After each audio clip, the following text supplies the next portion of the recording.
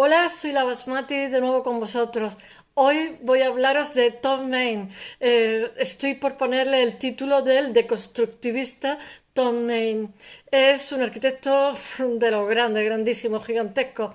Pero tengo la sospecha, después de haber estado leyendo su biografía, es el Pritzker 2005. Estoy siguiendo estos premios porque me parece una selección muy interesante de arquitectos. Después llegará el momento en que hable de otro arquitecto que no ha sido premiado porque el premio también está limitado en el tiempo. Tengo la sospecha de que este señor, bueno, no lo sé, este señor es un arquitecto estrella, pero tengo la sospecha que aprovecha el Pritzker, que en realidad es calderilla para un arquitecto de esta categoría, porque son $100.000, pero sin embargo es una proyección a nivel mundial y una publicidad tremenda, y aprovecha para... me lo estoy tapando, aprovecha para hacerse publicidad, no para hacerse publicidad, sino que ahora, de un tiempo a esta parte, de un año a esta parte, me he dado cuenta que cuando el jurado habla de un galardonado, habla de un proyecto, dos proyectos, tres proyectos, no habla de más. Y el que quiera saber más, que estudie, que averigüe la trayectoria de este señor. Sin embargo, este señor, cuando lo hacen, le dan el premio Pritzker, resulta que es que sale toda su biografía, yo qué sé, desde cuando empezó a hacer una casita para el perro, o exagerado. Entonces, me la he visto y me la he deseado, he tenido que seleccionar varias biografías y al final he decidido hacer una que ni siquiera me la había estudiado, con lo cual puede salir cualquier cosa, pero da igual porque he estado leyendo sobre este señor, yo este señor lo desconocía. No lo sabemos todo. Casi siempre, mi maestro fue profesor de Ramón de Soto, fue profesor de la Escuela de Arquitectura en Madrid, y entonces, como somos escultores, todos un poco hemos ido en la línea de ver la distribución espacial. En fin, no quiero hablar ahora de ese tema, voy a hablar de Todmay. Bueno, este arquitecto es un académico estadounidense. Este señor ha hecho de todo: restaurantes, escuelas, madre mía de mi vida y mi alma y mi corazón. Tiene 61 años en el año 2005, y ahora calculo que tendrá 70, yo qué sé, soy fatal con los números, 77, 78, una cosa así, porque es del año 44. No me pongáis en un compromiso. 70 y más de 75, tendrá 78, calculo. Bueno, este señor tiene una trayectoria gigantesca, y hubiera cabido la posibilidad de que os hablara de él a través de su opinión, etcétera. Entonces, voy a hablar un poco de su biografía, y voy a hablar también de su, por favor, del despacho que él crea, que se llama Morphosis, no Morphosis, que es dar forma. No está contemplado, es una voz griega, no está contemplado en la Real Academia Española, pero bueno, así todo sabemos lo que es la morfosis de las langostas, ¿no? El contexto que hay en castellano, ¿no? Que es cuando, digamos, van mudando, ¿no? Por ejemplo, un gusano es metamorfosis, ¿no? Una langosta se morfosea, o sea, cambia la armadura, por decirlo de alguna forma. Bueno, pero viene a ser, él crea este despacho en el año 72, y se hace un despacho famosísimo. Él es un profesor progre, ahora lo veréis. Él tiene una infancia iba a decir pobre. Ya vale de rascarse, hombre, que cada vez que hace así mi gato me tiembla todo. Bueno, voy a ver si empiezo y os voy contando cosas. Es un arquitecto y académico estadounidense, da clase en la Universidad el acrónimo es UCLA, es UCLA. Bueno, él nace en 1944, él nace en Connecticut. Ya. Lo que pasa es que sus padres se divorcian cuando él es muy pequeñito, y su madre realmente era ¿cómo se dice? Una pianista profesional, y que lo dejó todo, lo abandonó todo, una pianista de élite, una concertina, y lo abandonó todo por el matrimonio. Entonces, claro, de la noche a la mañana se ve con dos bebés, o sea, con un bebé y un niño muy pequeñito, y nunca era una persona creativa con una formación bestial como músico, pero Entonces tiene que hacer oficios cutres, por decirlo. Oficios cutres no existen porque todos los trabajos son dignos, del primero al último. Pero bueno, de la noche a la mañana se ve que tiene que mantener una casa y entonces, bueno, ahora lo contaré, pues coge lo que pilla porque los niños tienen que comer y hace de todo. Hace de todo y se mueve por todo el país y por todo Estados Unidos. Y entonces, claro, los niños llevan un poquito una vida errante. Y por lo visto, pues la madre de ella le debió decir, oye, búscate lo que sea cerca, cerca de donde estamos nosotros, y yo te ayudo a criar los niños para que esos niños no estén solos, etcétera, etcétera, etcétera. Entonces lo que hace es irse a California, donde está su madre, y entonces se van cerquita de la abuela, entonces la madre puede trabajar. Es una cosa sensata. Cuando tienen niños pequeños, los niños no entienden de nada, nada más que de baño, horario, etcétera. Y eso da igual que sea la abuela, que la madre, quien sea, tienen que llevar una vida ordenada, armónica, en fin. Y él se crea con pobreza, o sea, pero bueno, con pobreza, ojo, dentro de lo que es un Estados Unidos, no con miseria, porque él puede ir a una universidad ¿cómo se dice?, de arquitectura, él puede, en fin, no tiene problemas de acceder a determinados sitios, era un buenísimo estudiante y no tiene ningún problema. Y bueno, ahora lo cuento.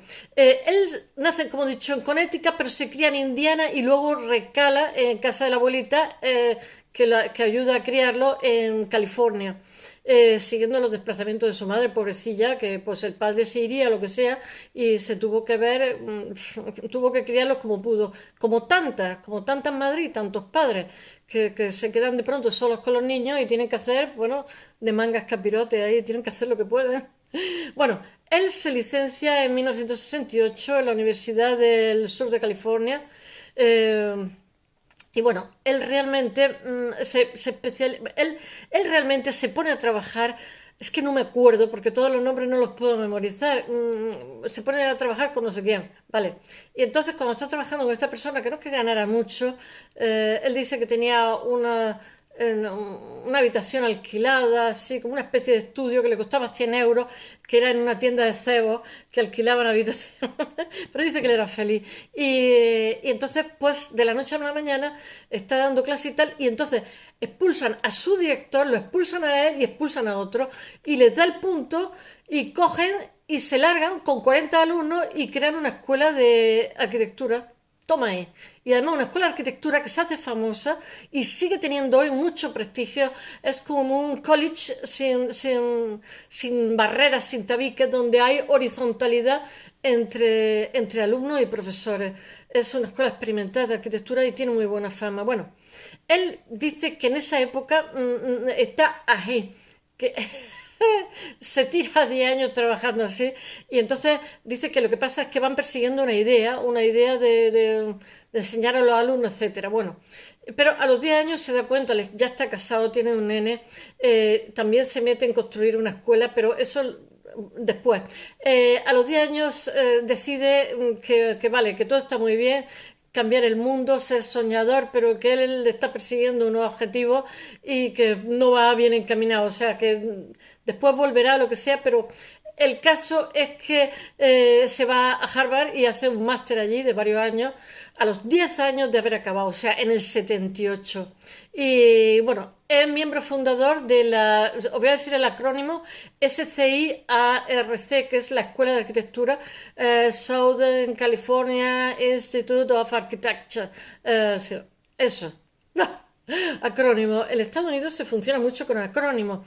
En Inglaterra es como de mal gusto decir, yo qué sé, T.S. Eliot, ¿no? Pues te dicen el nombre, no te dice, pero en Estados Unidos son muy aficionados a los acrónimos, te dicen las siglas de todo, J no sé qué. Pero bueno, a mí no me parece ni bien ni mal, pero son convenciones, cada uno por la suya. Pero los ingleses dicen que eso es poco fino. Pero se nos ha pegado a todos porque como la cultura televisiva norteamericana, pues aquí también se dice J. Peleteiro, no sé qué, no sé cuánto, también estamos ya con los acrónimos y con las letras. Bueno, este grupo es hoy una universidad privada, esta escuela que ellos fundan cuando los tiran, se amotinan, se largan con 40 alumnos y hoy es una escuela de 500 alumnos y además de 500 estudiantes muy prestigiosa, creado por Maine y otros colegas suyos, docentes, jóvenes docentes del Departamento de Arquitectura de Pomona, que con unos 40 estudiantes toman una iniciativa de fundar una escuela. No toman una iniciativa de fundar una escuela, es que los tiran a la calle. Y es que aquí cuando hacen las biografías son más generosos inventándose cosas. Por eso siempre hay que contrastar la información, porque que todo parecido con la realidad es mera coincidencia. A veces me ha pasado que un mismo efecto, o sea, un mismo hecho, lo he contrastado y decían, cada cosa decía una distinta. Y dices tú, pero bueno, porque es que los primeros interesados, como en el caso de este señor, cuando llegan a cierta altura, su propio despacho les confecciona una biografía, ¿cómo diría yo?, al gusto del espectador, que está muy bien, por un lado, ¿no? Pero por otro lado, dices tú, pero bueno, ¿qué me estás contando? A ver, ¿qué estás contando? Y bueno, si tampoco es que queramos encontrar ningún esqueleto en el armario, pero si las cosas no fueron así, no es que ellos deciden crear, de hecho, crean esa escuela de arquitectura y él dice que vive para trabajar y que gana poquísimo, que es cuando decide tomarse un año sabático e irse a Harvard. Bueno, eh, él dice que esto, tengo que leerlo, que esta iniciativa de fundar una escuela se presenta como una alternativa radical al sistema educativo convencional. Es cierto, porque además las universidades, mirar, se configuran como sociedad perfecta, como se había configurado el ejército en el medievo y la iglesia, estaba como la iglesia, el que haya sobrevivido 2000 años es porque está configurada como una sociedad perfecta, es decir, es estamental. Y entonces la universidad sigue siendo medieval, estamental.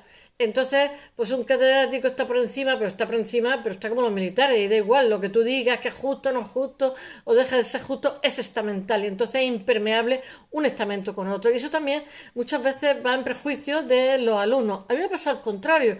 La experiencia que siempre he tenido con los catedráticos, como pasa en los hospitales, por favor no me ofendáis ahí por ahí, normalmente el jefazo es mucho más elástico, mucho más permisivo, si pide un favor hace por conseguírtelo, incluso lucha con gente y sin embargo si le pide el favor al último elemento, al último eslabón, te dificulta, te obstaculiza, digo yo, el mundo al revés. Se supone que los de arriba debían de ser, hay catedráticos tontos, pero sin embargo yo siempre la buena experiencia la he tenido más con profesores y con catedráticos, sin embargo los ayudantes de los ayudantes de los ayudantes eran unos cafres, que para qué, pero bueno, no me hagáis caso. Bueno, originalmente esta escuela que ellos fundan se llama New School de no sé qué, SCIARC, y se basa en el concepto de College Sin Paredes. Se me ha olvidado deciros cosas de su vida, de su biografía. Él cuando llega a California dice que se va a un pueblecito que tampoco me acuerdo cómo se llama, que donde está su abuela, donde su madre ha recalado ahí para que le ayude a criar a los niños, tiene un hermano más. Entonces dice que el primer día que llega al colegio, pues que era muy pueblerino, entonces le pegan una paliza y le roban la bicicleta.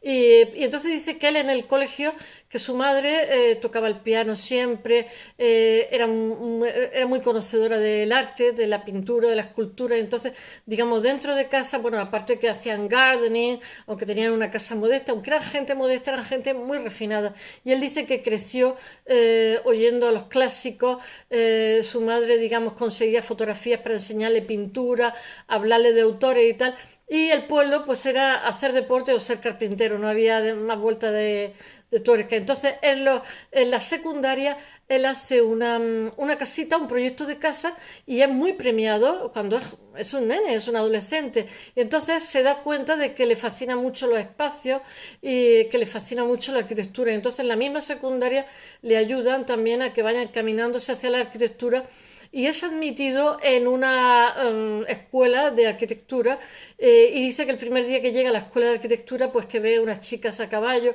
y que tal y que le emociona y que cuando se pone a estudiar arquitectura se da cuenta que esa era su vocación desde el principio. Bueno, eh, él estudia, la escuela esta que funda el college, él dice que es en medio de la nada, es un chico de ciudad que contrasta con el chico de campo, que su madre lo educa con muchísima delicadeza, con muchísima sensibilidad hacia el arte y hacia la creatividad. Y es cierto porque es muy creativo. De hecho, lo que pasa es que es deconstructivista. Como Zaha Hadid, etcétera. Y sus trabajos son colocados por primera vez, se le conoce un poco, cuando se colocan trabajos de diferentes deconstructivistas en el MoMA. Ya sabéis que por mucho que digan y se loe, ¿no? Es que es muy original. Sí, bueno, unas veces la gracia está en lo que construye y en otras en cómo lo construye.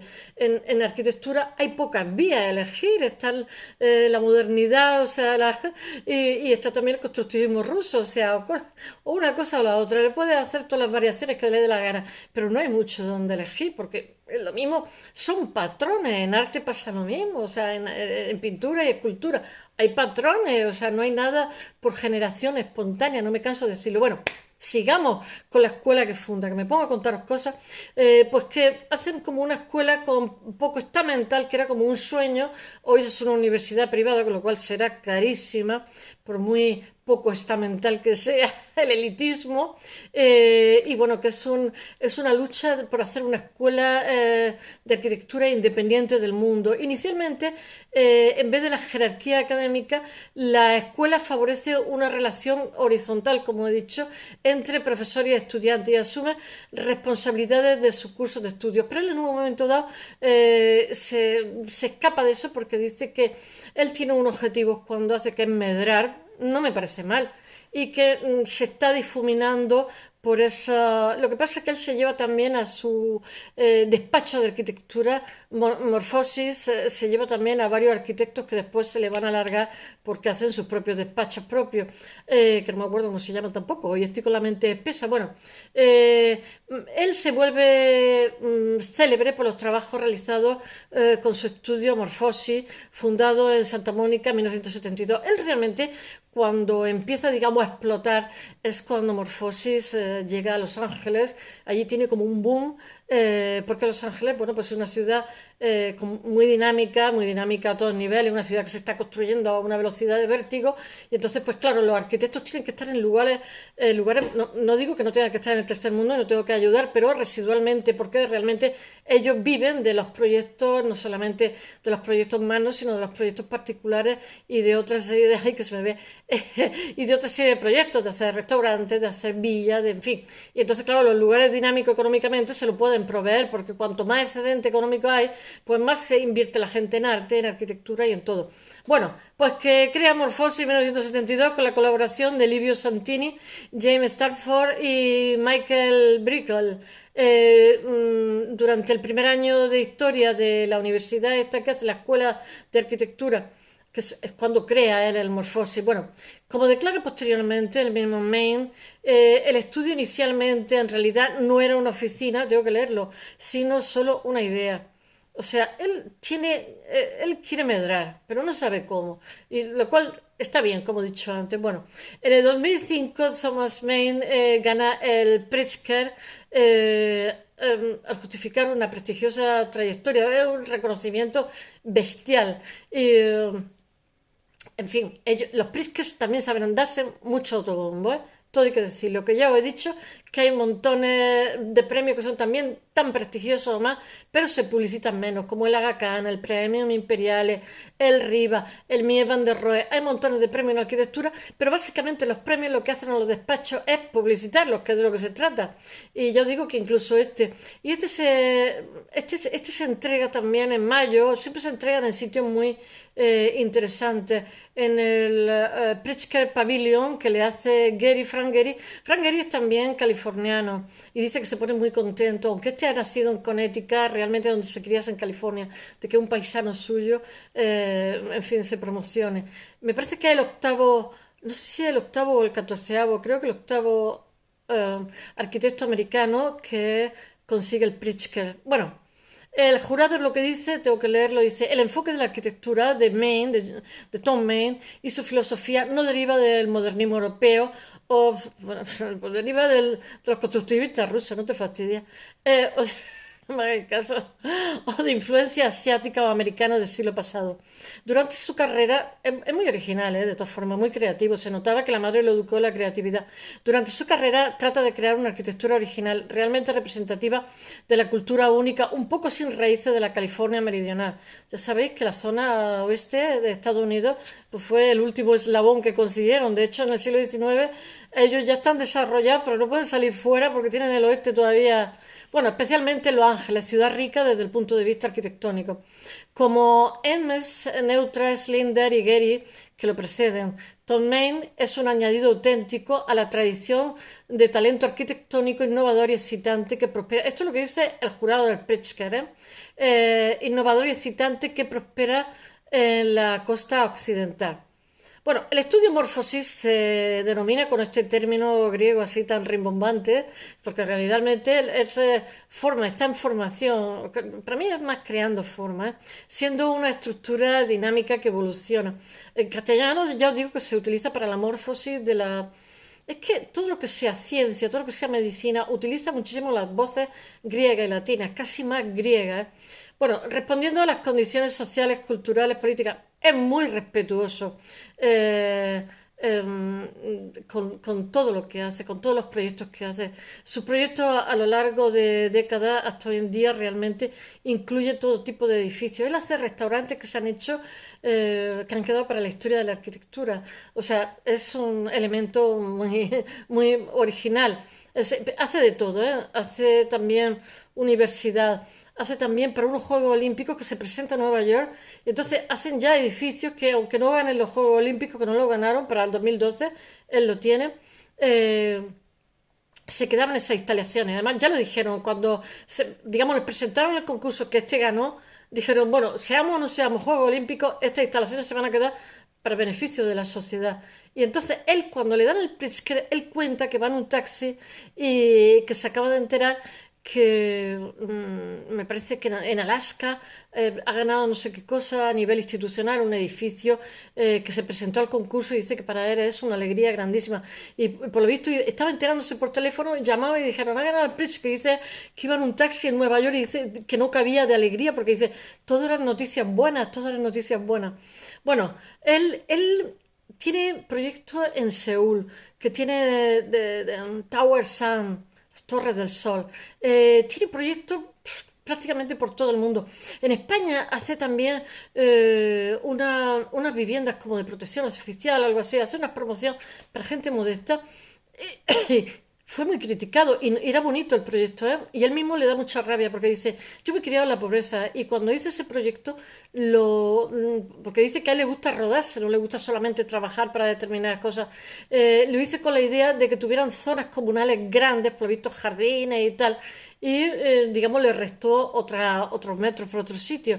Y la gente decía que si abrían la puerta no podían hacer determinadas cosas en las casas porque era todo tan estrecho y tan angosto, pero eran provistos casitas adosadas. Pero él dice que todo lo contrario, que lo que hizo fue, digamos, generar unos terrenos comunales muy buenos y que era muy buen proyecto y que no sabe cómo fue tan criticado y tan contestado. Pero bueno, ya sabéis que nunca llueve a gusto de todos. Bueno.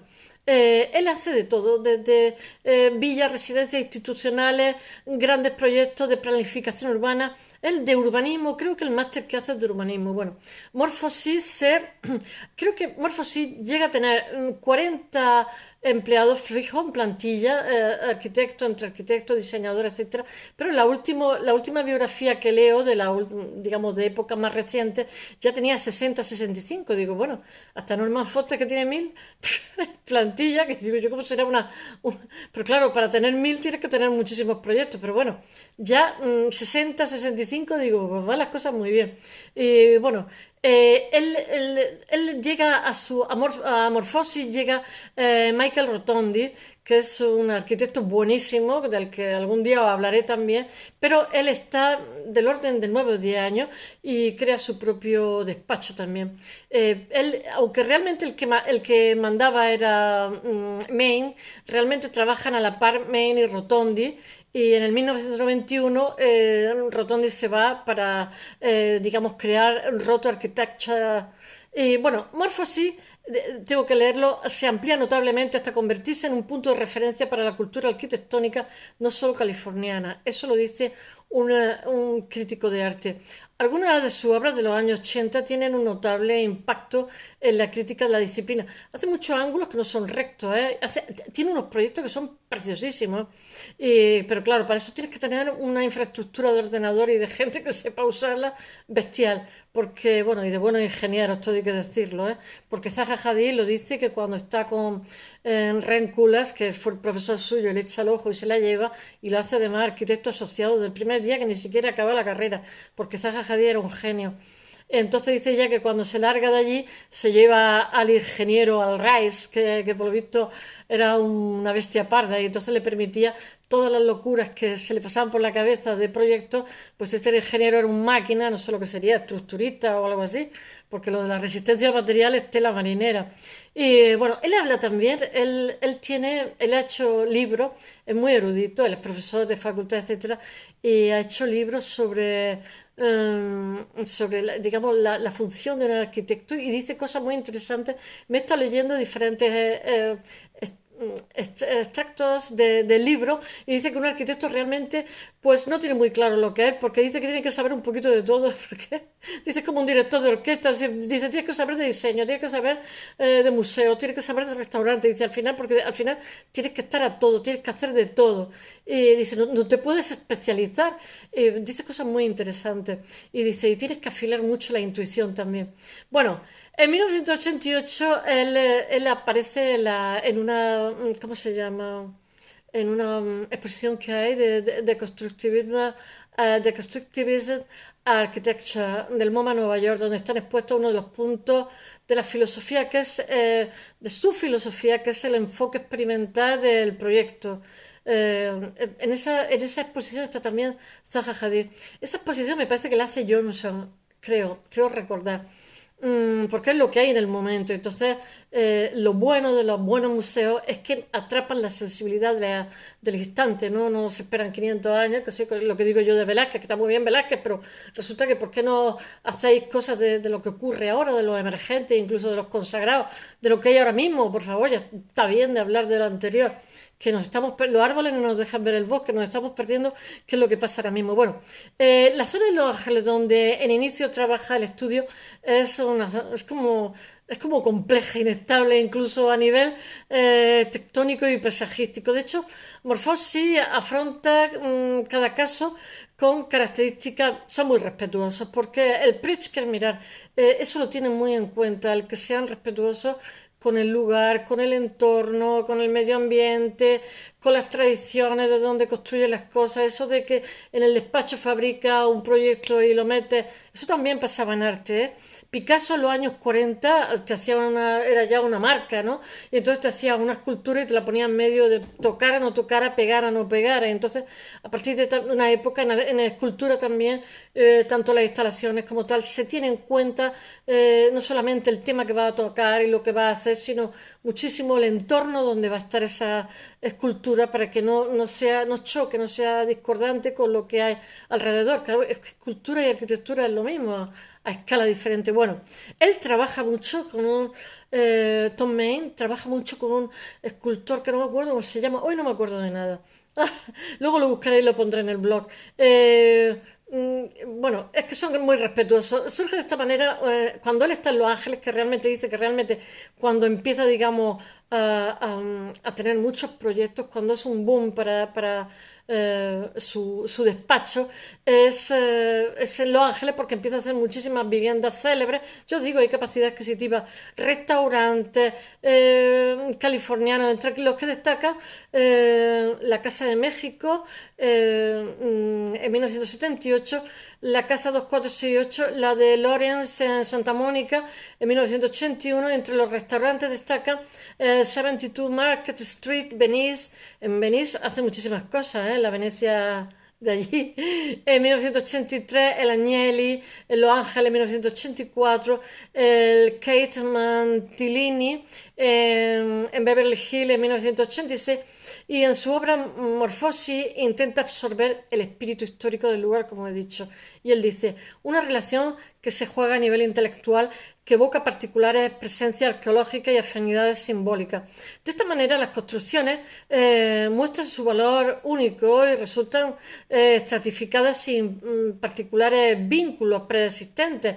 Entre obras de la última década del estudio se encuentra el Graduate Student Housing para la Universidad de Toronto en el 2000, el gran complejo escolar Diamond de la Ranch High School de Pomona, California, que es en 94-99, pero mirad, es que no os puedo decir cuando le dan el Pritzker todos los proyectos que tienen en ese momento, porque si no aquí me puedo tirar una hora. Este señor es una estrella, o sea, este señor tiene un currículum bestial, así bestial. Bueno, este es muy famoso, ¿eh? Uno que hace en Austria que se llama, para un centro los tengo que leer porque se llama Alpe Adrian Center en Klagenfurt, Austria, Österreich, que dice lo austríaco, para decir Austria, en el 2002. El Trencani y la doctor Theodora Alexander Science Center School de Los Ángeles. El 2004 en San Francisco, el Federal Building. El 2007 la sede directiva del Giant Interactive Group Shanghai. El 2010 el Perot Museum of Nature and Science en Dallas. En 2012 el Emerson College, Los Ángeles Center. Actualmente Morphosis, os he nombrado así algunos pocos. Cuenta con más de 60 profesionales. He puesto los últimos, los 60, porque los otros que leí eran 45. Y una amplia producción de proyectos en todo el mundo, recibiendo... él ha ganado, no sé si 25 premios internacionales, no sé, de arquitectura, yo no sé, está premiadísimo. El mismo Main declara, y con esto termino, estoy dispuesto a abandonar la realización de un proyecto, pero no renuncio a desarrollar el concepto. ¡Ah! En varios proyectos recientes emprendidos, ahora mismo tiene que ser un hombre de cerca de 80 años, en varios proyectos, estos están hasta el último día trabajando, en varios proyectos recientes he emprendido un camino diferente de clientes, sin sufrir ninguna sensación de pérdida. Es listo para eso, ¿eh? Bueno, espero que os haya gustado. Mañana volvemos al siglo XX con España.